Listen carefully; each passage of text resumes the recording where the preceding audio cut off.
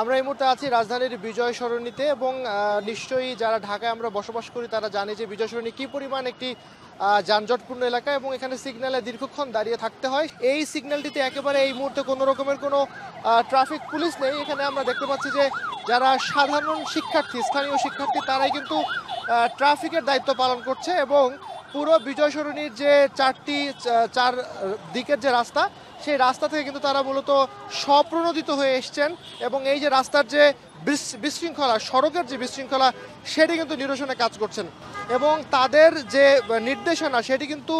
একেবারে অক্ষরে অক্ষরে পালন করেই কিন্তু গাড়ি ঘোড়া থেকে শুরু করে গণপরিবহন, ব্যক্তিগত গাড়ি, তারপরে বিভিন্ন অ্যাপের যে গাড়িগুলো রয়েছে, তারা কিন্তু তাদের কথাবার্তা শুনেই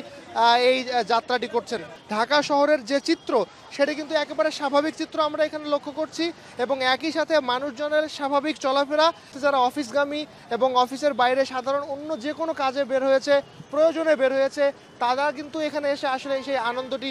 প্রকাশ করছেন এবং এখানে যারা দায়িত্ব পালন করছেন তাদের সাথেও আমাদের কথা হয়েছে। তারা আসলে বলছেন যে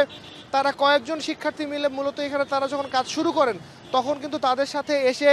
স্থানীয় সাধারণ যারা অধিবাসী এবং রাস্তায় যারা কাজ করেন বা আশপাশের যে